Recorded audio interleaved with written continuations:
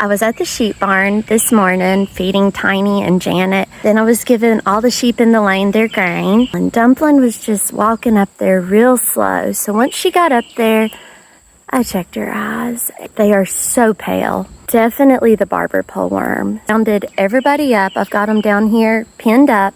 I'm getting ready to go worm them. We still have some lingering tapeworms, so we're going to do valbazen for that, which doesn't really target the Barber pole worm very well. So we're going to do the copper bolus for the Barber pole worm, which also doesn't target the tapeworms.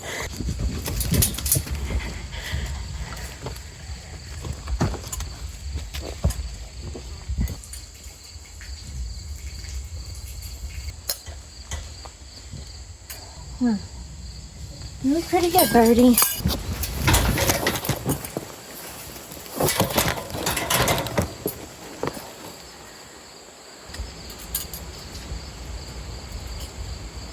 Come on. Come on. I want to check your eyes. Your eyes look great. Eyes look so good.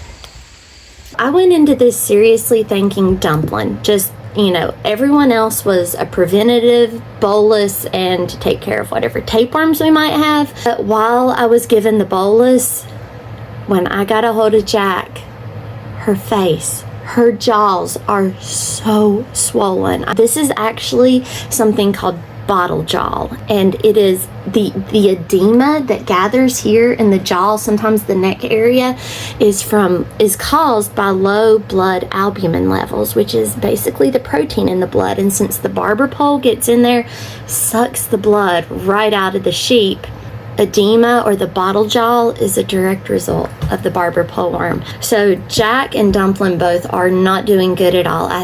They're not at the point Tinkles was. So I think if I can get them up here, they've got their bolus, I'm going to go out here and double worm everybody with Sidectin and valbazen. I was just going to do the valbazen to cover everything since we've kind of got some tapeworm issues going on too, but we're going to do Sidectin and valbazen, keep Dumpling and Jack up here, let the rest run around, then we're going to clean the lot up a little. If you raise sheep, parasites are your biggest enemy, with the Barber pole worm being number one on that list. Really not a lot you can do preventatively, because if you worm preventatively all the time, then there's going to be a resistance. You really need it, it's not going to work. So typically I worm as necessary until it gets bad like this and it's like, wow, get them all.